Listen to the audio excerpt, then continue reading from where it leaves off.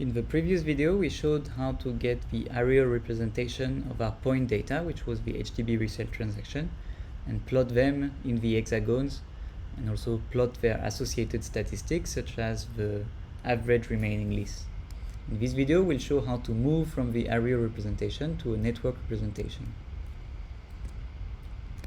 In the lecture notes, you will see the following piece of code. What we're going to do now is take this representation from hexagons to one that is a network, as we've explained in the lecture.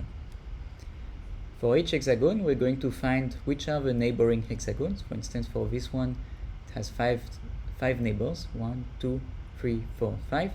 And we're going to try and build a network such that this representation is preserved. This was the hexagon I was pointing to. 1, 2, 3, 4, 5 neighbors. Okay? Let's look at this piece of code. This is a new section on spatial clustering. Here we're going to use the spdep library, which is another spatial library. Make sure to load it first. When we run this command, we take a remaining lease object, which was already a spatial object, if you remember. It has a geometry.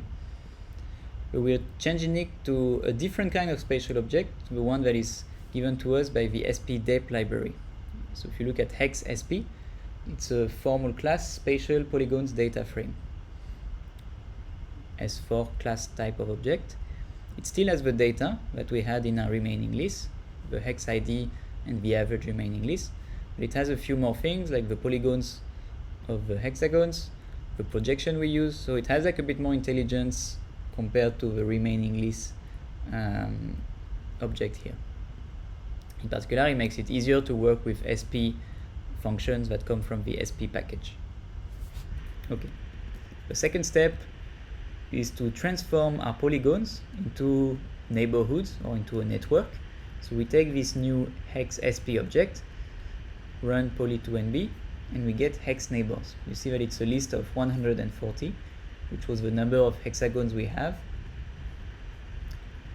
For each hexagon here, so these are the indices, we have a list again, and the list contains the indexes of hexagons which are neighbors of that hexagon. So for instance, hexagon 1 has neighbor 2, hexagon 2 has neighbors 1, 3, 4, 5, etc., etc. In particular, since hexagons have 6 sides, the maximum number of neighbors is 6. For instance, here, hexagon 20 has 6 neighbors.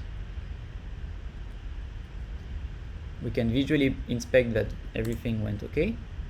Alright, this is now the network representation we get from the areal representation above. Let me close this. You notice that it's not a connected network. We can't go from each node. The nodes are these little circles. We can't go from each node to any other node, right? This one is disconnected. This is Woodlands and Crangy. If I wanted to go from this side to that side, I cannot. There is a gap, so we could think, well, edges are missing. The next step, which is kind of optional, but I encourage you to try it, it's not the usual R workflow, is going to reconnect the network here, such that we have a fully connected network. To do that, we need to do something a bit different this time. Let's open our lecture notes and see the steps. We cannot do this in RStudio, so we need to open R, which is an application which was likely downloaded when you installed R for the first time. If you have a Mac, you can use Spotlight to find it. Just type R, and you should see this application.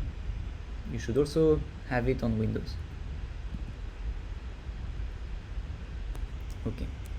Once it's open, you see that this is just a simple R console.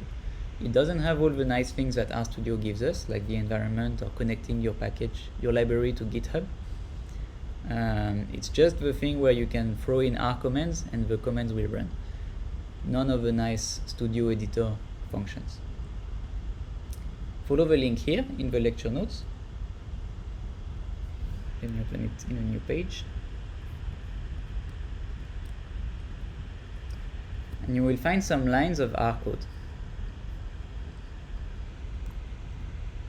Between the commands start of copy and end of copy, copy all the commands that are here. Copy it. and paste it into a new text file. You can find the text file option here, where you usually choose a new R markdown. So paste it here. The first step will be to replace this with your own project folder.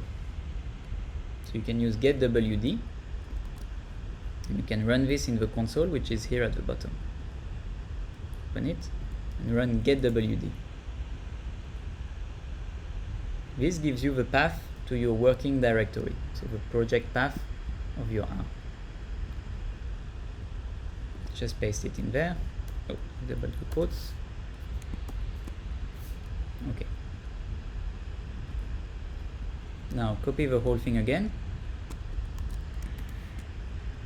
and paste it into the R session.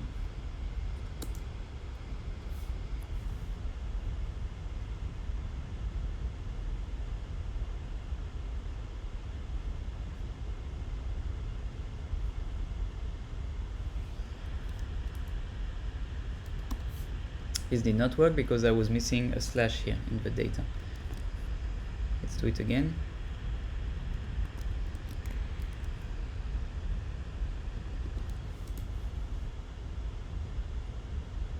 Okay, if everything went well, now this should work. You should see now that the window open and you have like a little cursor with a plus. You can now edit the graph. So we're going to edit it to add a new edge. I'm going to add the edge exactly as it was in the lecture notes here. So from this node, click on it to that node. Okay, 80 to 97. Well, it's a bit different here, but same as this one. Once you've added the edge, the R app will ask if you want to add the continuity. Say yes. And then it asks if you want to keep doing that or stop. And you can tell it no. That's over. Let's quit. Just type Q and enter. Okay. Going back to our piece of code here, you can now copy the last command, save RDS, and paste it into the R.